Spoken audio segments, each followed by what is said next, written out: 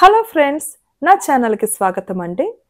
మంచి కథలు వినాలంటే తప్పనిసరిగా నా ఛానల్ సబ్స్క్రైబ్ చేసుకోండి.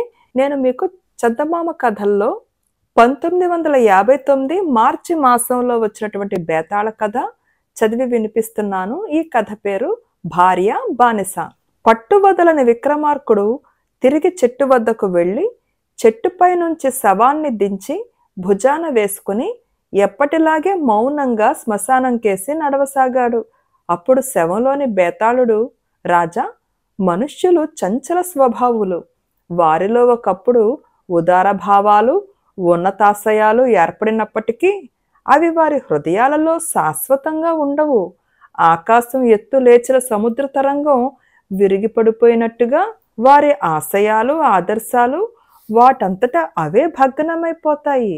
దీనికి ఉదాహరణగా జిహ్వలుడు అనే యువకుడి కథ చెబుతాను విను అంటూ ఈ విధంగా చెప్పసాగాడు. పూర్వం భరుకచ్చప నగరంలో జిహ్వలుడు అనే ఒక వైశ్య యువకుడు ఉండేవాడు. అతను ధనికుడు, అందమైన యువకుడును. తన సాటి యువకులు అందగత్తెలను భార్యల కోసం అన్వేషించే సమయంలో అతను నిత్య సౌఖ్యాలను కూడా పాటించక అహోరాత్రాలు తన వ్యాపారంలోనే నిమగ్నుడై త్వరలోనే వర్తక వాణిజ్యాలలో సాటిలేని సమర్థత సంపాదించుకున్నాడు. ఆ నగరపు వర్తకులలో అతని కన్నా రెట్టింపు వయసు వాళ్ళు కూడా అతని సలహా సహాయాలపై ఆధారపడనారంభించారు. అతని ఖ్యాతి నగరమంతా పాకింది. జిహ్వలుడికి తమ కుమార్తెలనిచ్చి పెళ్లి చేయాలని ఎందరో కోటీశ్వరులు, గొప్ప వంశాలకు చెందిన వాళ్ళు ప్రయత్నించారు. అందానికి ప్రసిద్ధికెక్కిన ఎందరో కన్యలు అతన్ని పెళ్లాడాలి అని ఉవ్విళ్ళూరారు. కాని జిహ్వలుడు పెళ్లి మాట తలపెట్టలేదు. నాకింకా 25 ఏళ్లు నిండలేదు. యవనులతో వర్తకం ఏర్పాటు చేసుకునే ప్రయత్నంలో ఉన్నాను. ఆ ఏర్పాట్లు పూర్తి కాగానే వివాహం సంగతి ఆలోచిస్తాను అని జిహ్వలుడు తన బంధుమిత్రులతో అంటూ వచ్చాడు.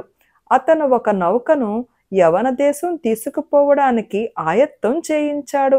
అందులో విలువగల వస్తు సామగ్రి ఎక్కించారు. మంచి ముహూర్తం చూసి జిహ్వలుడు తన పరివారంతో సహా నౌకలో ఎక్కి యవన దేశానికి ప్రయాణమైనాడు. జిహ్వలుడి నావికులు ఆ దేశానికి ప్రయాణం చెయ్యటం అదే మొదలు. కొద్ది వారాలు గడిచాయి. నౌకలో మంచినీరు, ఆహార పదార్థాలు అయిపోయాయి. వాటి కోసమని నౌకను ఒక తీరానికి చేర్చారు. జిహ్వలుడు, అతని పరివారము ఒడ్డుకు దిగి జనసంచారాలను వెతుక్కుంటూ పోసాగారు. కొంత దూరం వెళ్లేసరికి వారికి కొండలు, అడవులు గల ప్రాంతం తగిలింది. ఆ పర్వతారణ్యాలలో అనాగరికులైన కొండజాతి మనుషులుంటున్నారు. వారు తమ ప్రాంతంలోకి ఇతరులను అడుగుపెట్టనివ్వరు. అడుగుపెట్టిన వారిని ప్రాణాలతో బయటికి పోనివ్వరు. జిహ్వలుడి ముఠా అరణ్యంలోకి కొద్ది దూరం వెళ్ళగానే మాయాయుద్ధంలో లాగా వారిపై బాణాల వర్షం కురిసింది. ఆ దెబ్బకే చాలా మంది చచ్చారు. మిగిలిన వారు వెనక్కి తిరిగి పారిపోతూ ఆటవికుల ఈటలకు బలి అయ్యారు. జిహ్వలుడు సమీపంలో ఉన్న గుట్ట మీదకి పరిగెత్తి ఎలాగో ఆటవికుల బాణాలకు ఈటలకు బలి కాకుండా తప్పించుకున్నాడు. అతని పరివారంలో 2 మాత్రమే చిన్న గాయాలతో నౌకను చేరుకోగలిగారు. ఇంకా ఎవరైనా వస్తారేమోనని నావికులు ఆ రోజల్లా చూసి అందరూ చనిపోయినట్టు రూఢి చేసుకుని నౌకను భరుకచ్చపానికి తీసుకుపోయారు. జిహ్వలుడు తత్సమయానికి ప్రాణాలు దక్కించుకున్నాడే కాని అతను ఆ కొండ మీద దిక్కులేని చావు చావటం తప్పనిసరిగా కనిపించింది. అతను ఒక కొండ గుహలో తలదాచుకున్నాడు. తన చుట్టుపక్కల ఎక్కడా తిండి గాని నీరు గాని ఉన్నట్టు అతనికి కనపడలేదు. వాటిని వెతుక్కుంటూ దూరం పోతే ఆటవికులు చంపేస్తారని అతనికి భయం. అతను అలసటతోనూ ఆకలితోనూ సోషిల్లి స్పృహ తప్పి పడిపోయాడు. అతనికి మళ్ళీ స్మృతి తెలిసేసరికి అతని సమీపంలో ఒక ఆటవిక స్త్రీ నిలబడి ఉన్నది. ఆమెకు 16-17 ఏండ్లు ఉండవచ్చు. ఆటవిక స్త్రీ అందరిలాగే ఆమె మెడ నిండా గవ్వల పేర్లు, పూసల చీరలు వేసుకున్నది. చేతులకు దంతపు గాజులు తొడుక్కున్నది. ఆమెను చూడగానే ముందు జిహ్వలుడు భయపడ్డాడు. కాని ఆమె తనను చూసి చిరునవ్వు నవ్వేసరికి ఆ భయం కాస్త పోయింది. తరువాత అతనికి ఆమె అసామాన్య సౌందర్యవతి అన్నది తెలిసి వచ్చింది.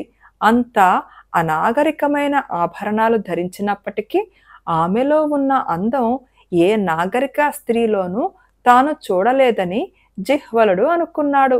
ఆ పిల్ల కూడా జిహ్వలుణ్ణి చూసి అతను చాలా అందగాడని గ్రహించింది.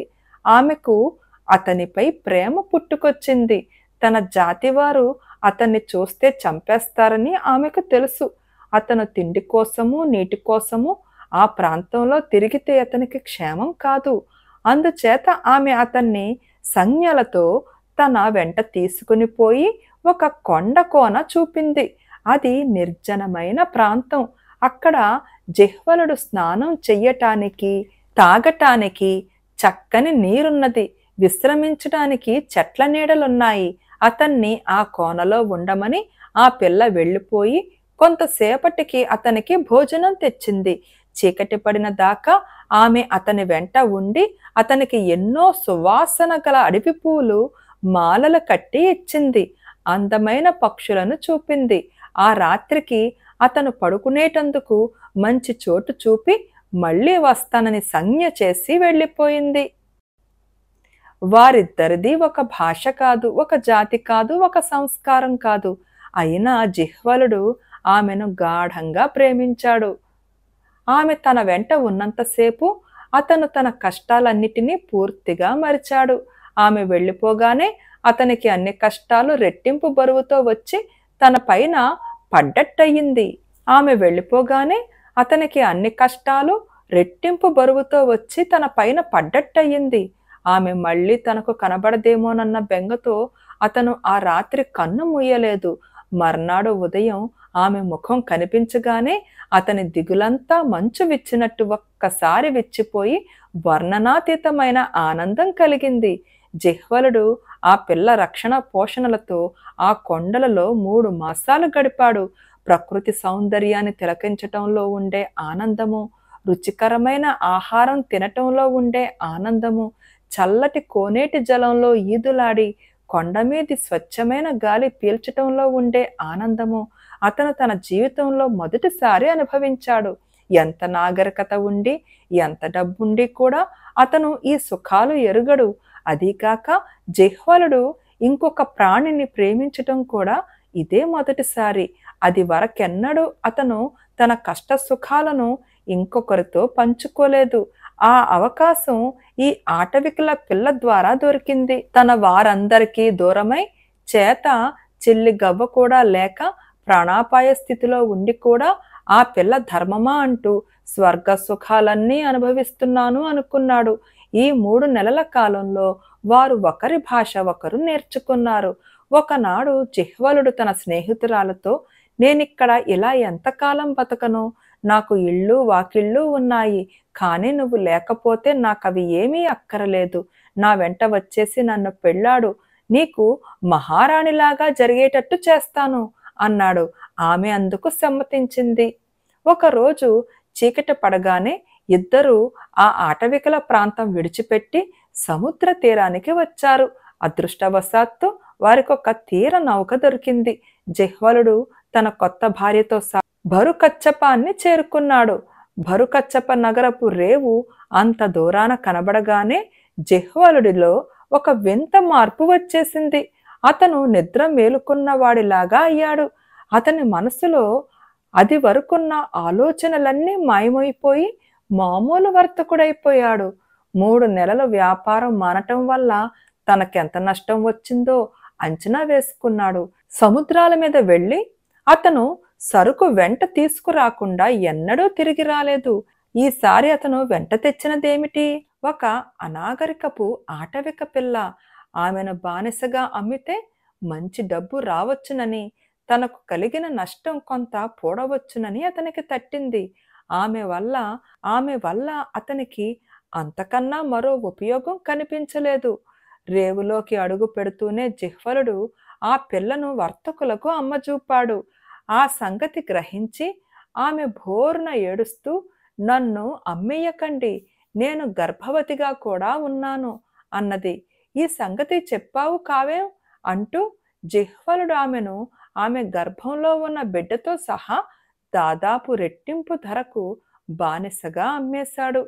బేతాళుడి కథ చెప్పి, రాజా, జిహ్వలుడు ఇలాంటి పని ఎందుకు చేశాడు? అతనికి ఆ పిల్ల ప్రాణభిక్ష పెట్టి ప్రేమించి ఉపకారమే చేసింది కాని అపకారం చెయ్యలేదే. అతను ప్రేమించిన మాట అబద్ధమా? అతను ఆమెను అమ్మే దురుద్దేశంతోనే వెంట తెచ్చాడా? లేక ప్రేమ అనేది వట్టి మోసమా? ఈ సందేహానికి సమాధానం తెలిసి కూడా చెప్పకపోయావో నీ తల పగిలిపోతుంది అన్నాడు. ఆ దేశం కాని దేశంలో జిహ్వలుడు ఆ పిల్లను నిష్కల్మషంగానే ప్రేమించాడు. అతను స్వదేశానికి తిరిగి రాక యావజ్జీవం అక్కడే ఉండిపోయినట్టయితే బతికున్నంత కాలము ఆమెను ప్రాణం కన్నా ఎక్కువగా ప్రేమించేవాడే. ప్రేమ మోసం ఎంతమాత్రమూ కాదు. అది వ్యక్తులను బాగు చేస్తుంది కానీ పాడు చేయదు. అయితే స్వార్థంతో కూడుకున్న నాగరికతలో ప్రేమ నీరులేని మొక్కలాగా వాడి నశించిపోతుంది. జిహ్వలుడు ప్రేమను దక్కించుకోదలిచినట్టయితే తన స్వార్థపూరిత జీవనాన్ని వదులుకొని అడవిలో ఉండవలసింది. రెండూ కావాలని కోరటమే అతని తప్పు. అందుచేతనే ఆమెను రాణిని చేస్తానని మాట ఇచ్చిన వాడు చివరకు బానిసను చేసేశాడు అని విక్రమార్కుడు జవాబు చెప్పాడు. రాజుకు ఈ విధంగా మౌనభంగం కలగగానే బేతాళుడు శవంతో సహా మాయమై మళ్ళీ చెట్టెక్కాడు. నచ్చిందా ఈ కథ? నా కథ నచ్చితే తప్పకుండా లైక్ చేయండి, షేర్ చేయండి అండ్ సబ్స్క్రైబ్ చేసుకోవడం మర్చిపోకండి. Thank you.